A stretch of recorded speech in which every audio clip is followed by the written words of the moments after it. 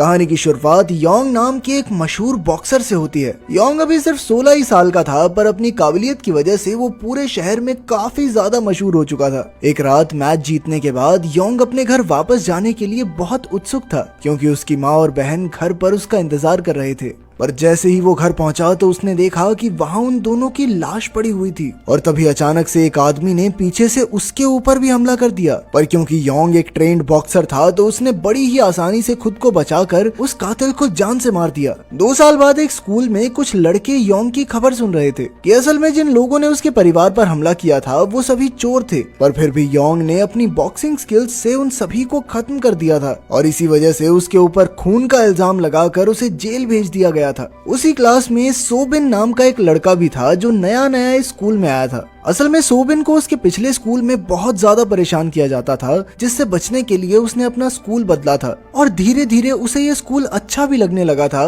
पर तभी teacher class में टोनी नाम के एक नए लड़के को लेकर आई। टोनी भी एक बॉक्सर था और वो सोबिन के पिछले स्कूल में उसे बहुत ज्यादा परेशान करता था, इसलिए उसे अपने सामने देखते ही सोबिन बहुत ज्यादा डर गया। टीचर के क्लास से जाते ही टोनी ने अपना दबदबा बनाने के लिए कुछ बच्चों को बिना वजह ही पीटना शुरू कर दिया, जिसके बाद वो सोबिन को पीटने के लिए उसके पास आया। सोबिन टोनी के सामने कुछ नहीं बोल पाया, इसलिए उसके एक दोस्त ने बीच में आकर उसे बचाने की कोशिश की, पर टोनी ने तो उस लड़की को भी धक्का देकर थप्पड़ मारने के लिए अपना हाथ उठाया। पर तभी सोबिन ने जिंदगी में पहली बार टोनी को रोकने की हिम्मत की, पर उसकी ये हिम्मत देखकर तो टोनी को और गुस्सा आ गया। उसने सोच लिया कि इसे तो अच्छे से पीटूंगा। इधर अपने बचाव के लिए सोबिन ने एक पेन उठा लिया, पर इसे देखकर टोनी रुकने वाला नहीं था। उसने बार बार सोबिन को पेन इस्तेमाल करने के लिए बोलना शुरू कर दिया, मारना मारना साले कमजोर, मारना। और अपने आप को टोनी की पकड़ में देखकर सोबिन ने बिना कुछ सोचे वो पेन उसकी आंख में मार दिया। इसके बाद उसके ऊपर अटेम्प्ट टू मर्डर का इल्जाम लगाया गया,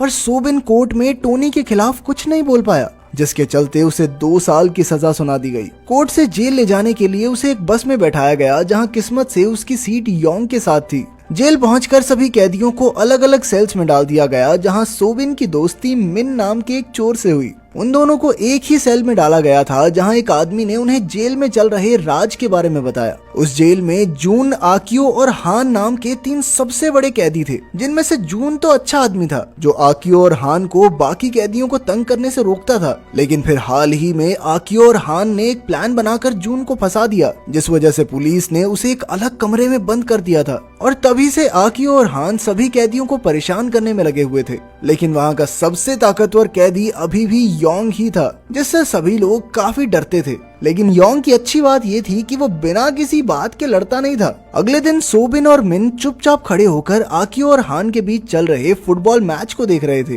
पर तभी 2 खिलाड़ियों को चोट लग गई, जिसके बाद हान ने सोबिन और मिन को अपने साथ खेलने के लिए बुलाया, जिसके लिए वो दोनों ही चुपचाप मान गए। पर सोबिन को फुटबॉल ज्यादा अच्छे से खेलनी नहीं आती थी, जिस वजह से हान की टीम हार रही थी, और वो किसी भी हाल में इस हार के लिए जिम्मेदारी लेने वाला तो था नहीं। इसलिए उसने आंख बंद करके बॉल को लात मार दी, पर गलती से वो लात सीधा आकियो की टांगों के बीच में जाकर लगी, जिसके बाद गहने फूटने की वजह से दर्द के मारे आकियो जमीन पर गिर गया। वो बहुत ज्यादा गुस्से में था, और इसलिए उसके लोगों ने सोबिन को खींचकर अपने सेल में ले जाना शुरू कर दिया। वहीं दूसरी ओर सोबिन बहुत ज्यादा डरा हुआ था, और उसे अपने पिछले स्कूल में किए हुए टॉर्चर की यादें आ रही थी, जिस वजह से वो उन लोगों से रहम की भीख मांगने लग गया। लेकिन उनके ऊपर इसका कोई असर नहीं हुआ। पर तभी उन लोगों की नजर पास से ही गुजर रहे योंग पर पड़ी, जिसे देखते ही उन्होंने ऐसा बर्ताव किया मानो वो सोबिन के दोस्त ही थे। और उनके इस बर्ताव को देखकर सोबिन समझ गया कि जेल में सभी लोग योंग से डरते हैं, और अपने आप को बचाने के लिए वो तुरंत ही योंग की तरफ भागा।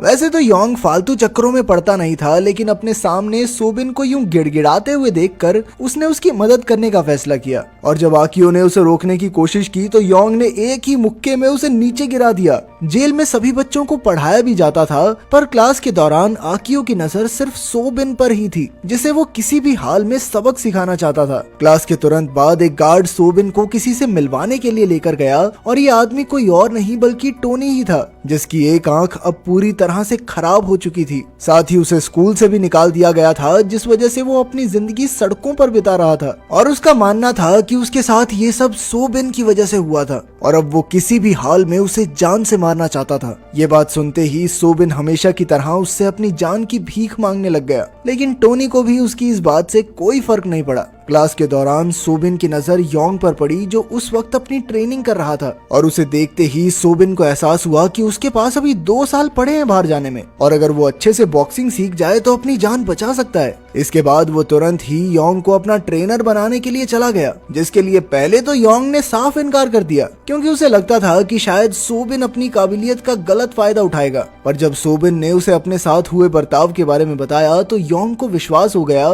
कि वो कभी भी गलत रास्ते पर नहीं चलेगा और इसलिए उसने सोबिन की मदद करने के बारे में सोचा। पर योंग को अपना ट्रेनर बनाने के लिए सोबिन को एक टेस्ट पास करना होगा जिसमें उसे 40 मिनट में ग्राउंड के 100 चक्कर लगाने थे और ये टेस्ट पास करने के बाद ही योंग उसे ट्रेनिंग देने वाला था। ये ट्रेनिंग सोबिन के लिए बहुत ज्यादा मायने रखती थी, इसलिए उसने बिना रुके ग्राउंड के चक्कर मारना शुरू कर दिया और भागते हुए उसकी आंखों के सामने सिर्फ अपने साथ हुए बुरे बर्ताव की तस्वीरें चल रही थी और इसलिए वो मरने को तैयार था लेकिन रुकने के लिए नहीं। आखिर के कुछ राउंड्स तक सोबिन पूरी तरह से थक चुका था, इसलिए योंग ने उसे रुकने के लिए कहा। पर सोबिन अपना टेस्ट पास करने का मन बना चुका था और वो पूरे 100 राउंड्स होने के बाद ही रुका।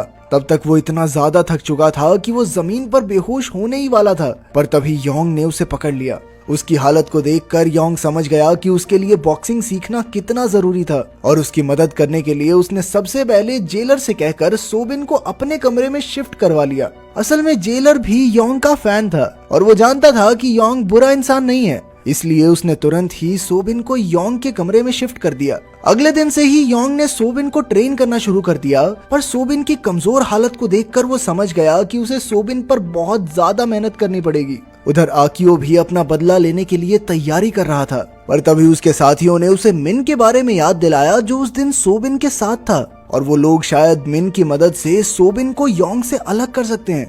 उधर ट्रेनिंग के दौरान सोबिन काफी ज्यादा थक गया था और अब वो आराम करना चाहता था, पर तभी योंग ने उसे याद दिलाया कि वो ऐसे बर्ताव के साथ कभी भी बॉक्सिंग नहीं सीख सकता। उसकी ये बात सुनते ही सोबिन दोबारा से एक्सरसाइज करने में जुट गया।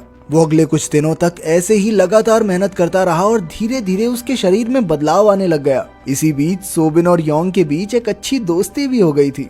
वहीं बाहर टोनी ने एक एक करके शहर के सभी गुंडों से लड़ना शुरू कर दिया और एक दिन ऐसी ही लड़ाई के दौरान एक बहुत बड़े गैंगस्टर की नजर उस पर पड़ी, जिसने उसकी काबिलियत को देखते हुए उसे अपने लिए काम करने को कहा। पर टोनी इस चीज के लिए तैयार नहीं था और इसीलिए उसने उस गैंगस्टर की बेइज्जती कर दी, जिसके जवाब में गैंगस्टर ने उसे एक ही थप्पड़ में नीचे गिरा दिया और फिर उसने टोनी को उसका ऑफर मानने का एक आखिरी मौका दिया। टोनी को पैसों की सख्त जरूरत थी और इसीलिए वो उस गैंगस्टर के लिए काम करने को राजी हो ही गया। उधर जेल में लंच के टाइम मिन ने सोबिन को बताया कि कुछ ही दिनों बाद योंग को बड़े लोगों की जेल में भेज दिया जाएगा, जिसके बाद सोबिन को आकियो से बचाने वाला कोई नहीं होगा। ये बात सुनते ही सोबिन काफी निराश हो गया क्योंकि योंग ने उसे इस बारे में कुछ भी नहीं बताया था और इसलिए वो तुरंत ही योंग से बात करने के लिए चला गया। पर योंग ने उसे समझाया कि कभी ना कभी तो उसे खुद के लिए लड़ना ही पड़ेगा ना और वो समय जल्द ही आने वाला है। तो उसकी बात मानकर सोबिन दोबारा से ट्रेनिंग में लग गया। उधर आकियो के आदमी मिन को तंग कर रहे थे, पर तभी सोबिन वहां पहुंच गया